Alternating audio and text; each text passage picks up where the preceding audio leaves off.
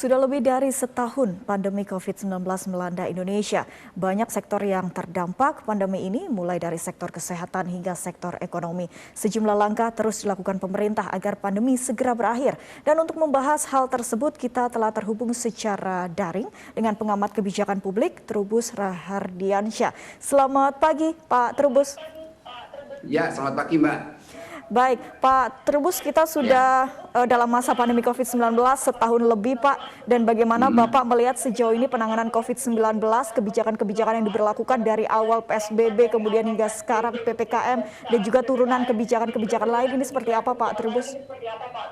Iya, saya melihat bahwa pemerintah sejak adanya pandemi COVID itu telah menetapkan beberapa kebijakan. Ya. Yang pertama tentu kebijakannya merujuk kepada Undang-Undang Nomor 6 Tahun 2018, terutama dengan diberlakukannya PP 21, yaitu tentang PSBB dengan Permenkes Nomor 9 Tahun 2020. Nah, selanjutnya pemerintah kemudian selama pelaksanaan PSBB itu sudah banyak mengalami pasang surut, ya, artinya kadang-kadang COVID-nya naik, kadang-kadang COVID-nya juga bisa ditangani secara baik. Betul. Tapi kemudian pemerintah karena ada perubahan perilaku masyarakat, ya, jadi dalam penanganan COVID ini kan ada dua hal. Satu adalah soal kebijakan publik, yang nomor dua adalah perilaku masyarakat. Ya, karena perilaku masyarakatnya mengalami perubahan di akhir 2020, ya, itu dengan adanya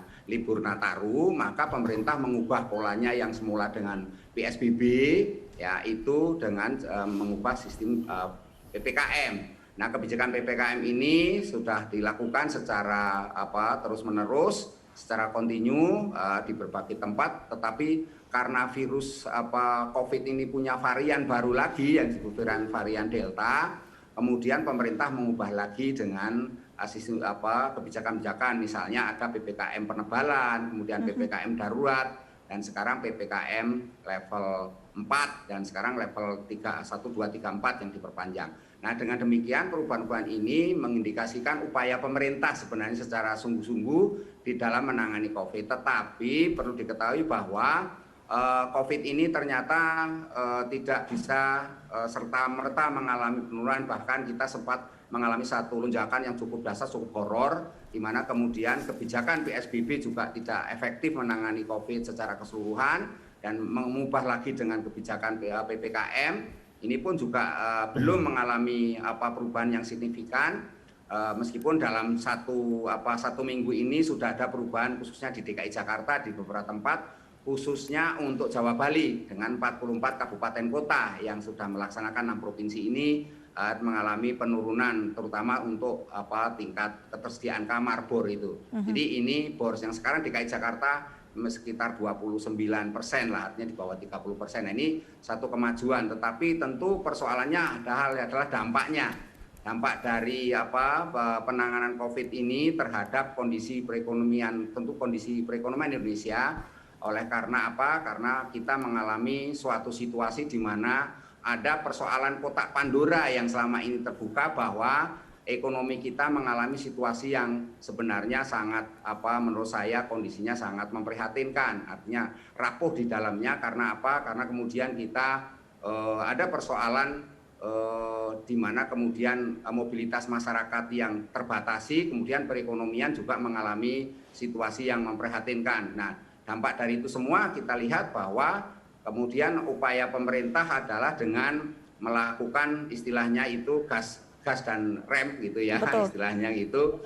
Nah, disinilah kemudian kita lihat pemerintah mulai berupaya, dan tingkat pertumbuhan ekonomi Indonesia sekarang ya rata-rata di atas 7,7% seperti yang dinyatakan oleh pemerintah, tetapi kita tetap optimis bahwa pertumbuhan itu akan baik nanti di 2002, ya, artinya ke depan ini. Nah, tentu ini juga persoalan yang perlu kita kritisi, di mana kotak Pandora itu adalah persoalan di mana utang Indonesia yang mencapai 6.500 lebih triliun, dan beban pembayaran yang harus beban bunga yang harus ditanggung adalah sekitar 350 triliun.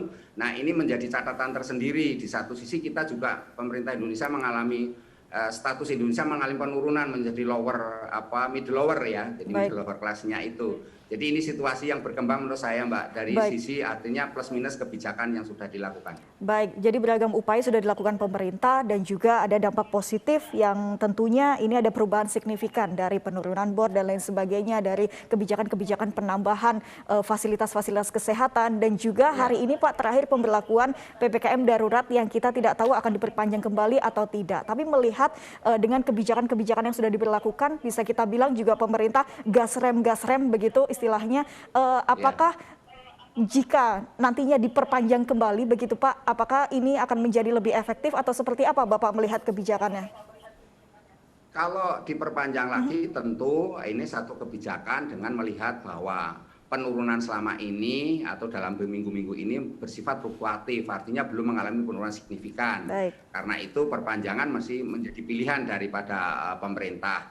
Tetapi dengan perpanjangan ini harus dipikirkan adalah bagaimana kondisi perekonomian kita, artinya masyarakat MBR, masyarakat berpenghasilan rendah, harus betul-betul diperhatikan khususnya bagaimana jaring pengaman sosial bisa terus diberikan kepada masyarakat gitu, terutama adalah mengenai itu bansos gitu. Bansos ini sangat menentukan. Nah, karena pemerintah sudah membuat kebijakan bahwa bansos itu tidak saja berasal dari APBN melalui Kemensos, tetapi juga dilakukan juga melalui APBD, melalui refocusing di daerah-daerah itu. Dan yang ketiga tentu dari sumber yang disebut dari dana desa atau dana kelurahan. baik. Nah ini menurut saya perlu segera dilakukan agar masyarakat bisa tertolong kondisi perekonomian. Karena kalau tidak, ini memang tuntutan sebagian masyarakat kita menuntut agar PPKM dihentikan. Itu juga cukup menguat, karena itu ini menjadi catatan tersendiri. Kalau misalnya nanti diperpanjang, pemerintah harus menyediakan berbagai skenario,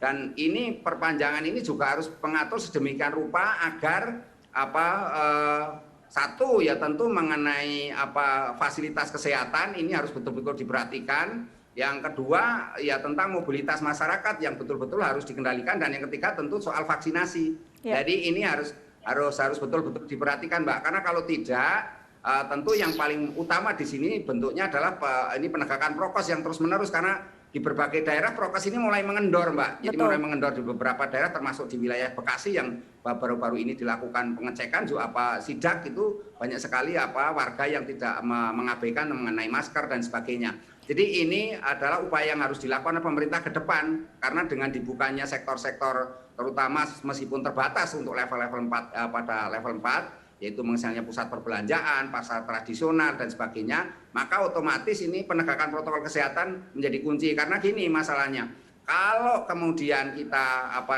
penanganan COVID-nya ini istilahnya itu mengalami situasi sulit, maka ekonomi akan sulit untuk kita capai. Artinya Betul. kita harus mengubah pola cara-cara di mana kemudian masyarakat dibuat harus hijrah lah ya, berpikirnya hijrah, Ya. di mana kemudian penggunaan prokes dan kemudian dalam hal etos kerja misalnya itu masalah kolaborasi, efisiensi, Baik. kemudian fleksibilitas juga harus ditegakkan pula Mbak, harus ke depan harus selalu dilakukan oleh pemerintah itu Mbak yang penting. Baik, jadi upaya pemerintah harus terus dilakukan dengan kebijakan-kebijakan, kemudian juga perilaku masyarakat ini juga harus dibenahi begitu, saling kerjasama, sinkronisasi antara sistem kesehatan dari nasional ke daerah, juga kerjasama dari masyarakat itu sendiri. Pak, kita akan memperingati hari ulang tahun ke-76 Republik Indonesia besok Pak, tapi kita masih dalam pandemi COVID-19. Ini semangat seperti apa yang harus kita miliki terlebih di tengah pandemi ini, dari segi kebijakan-kebijakan dan juga masyarakat ini harus seperti apa untuk kita bisa terbebas segera dari COVID-19 Pak? Ya menurut saya paling penting adalah bahwa kebijakan yang diterapkan oleh pemerintah harus dikomunikasikan secara baik, karena selama ini kelemahan pemerintah adalah soal komunikasi publik Mbak. Jadi kebijakan itu harus disampaikan kepada publik secara masif dengan menggunakan tentu karena kebijakan kita hampir semuanya top down, maka masyarakat tentu dalam hal ini merasa dipaksa perilakunya. Karena itu menurut saya ini sosialisasi, edukasi dan komunikasi harus terus dilakukan kepada masyarakat. Yang kedua adalah bahwa perlunya membangun satu solidaritas Mbak ke depan ini. Jadi solidaritas sosial. Sebenarnya masyarakat kita itu sudah ada sifat gotong royong, solidaritas yang tinggi. Di mana kalau ada tetangganya yang sakit atau menjalani isoman, itu tetangganya yang lain juga saling mendukung, saling termasuk obat-obatan gratis juga disediakan. Betul sekali. Tetapi ini persoalannya belum dilakukan secara nasional. Nah, ini ke depan harus solidaritas ini digerakkan. Yang ketiganya menurut saya keteladanan kepemimpinan, Mbak. Jadi ini para pemimpin elit-elitnya ini jangan sekali-kali membuat kegaduhan dengan pernyataan-pernyataan yang membingungkan publik. Ini penting karena apa? Karena ini membangun trust ya. Jadi kepercayaan ini harus dibangun di mana kemudian pemerintah betul-betul dipercaya oleh publik, oleh masyarakat sehingga masyarakat mau patuh terhadap kebijakan-kebijakan yang dilakukan oleh pemerintah. Yang terakhir menurut saya penting adalah kolaborasi. Jadi ini kolaborasi partisipatif di mana pemerintah pusat dan daerah harus bahu-membahu terutama dalam hal soal penyediaan vaksinasi karena vaksinasi ini hal yang unik di Indonesia, Mbak. Awalnya banyak mengalami penolakan, tetapi belakangan ini animo masyarakat sangat tinggi terhadap vaksinasi. Tetapi persoalannya kemudian ketersediaan vaksin itu sendiri menjadi problem di mana masyarakat di daerah-daerah ini karena distribusi vaksin itu selama ini itu ditentukan oleh Kementerian Kesehatan. Baik. Dan ada daerah yang menerima vaksin lebih banyak, ada daerah yang kekurangan vaksin. Nah, ini yang harus dipecahkan menurut saya, kolaborasi antara pusat dan daerah harus diperkuat, Mbak, sehingga di mana kemudian masyarakat merasa terlayani, merasa sebagai bagian yang mendukung terhadap kebijakan-kebijakan pemerintah, Mbak. Saya kira itu. Betul sekali. Jadi peningkatan komunikasi publik, kemudian juga kolaborasi dan juga kerjasama pemerintah daerah dan juga pemerintah pusat dan juga kerjasama masyarakat ini diperlukan sekali. Terima kasih Pak Trubus Rahardiansyah, pengamat kebijakan publik telah bergabung bersama kami di Klik Indonesia Pagi. Pak, selamat pagi dan salam sehat selalu.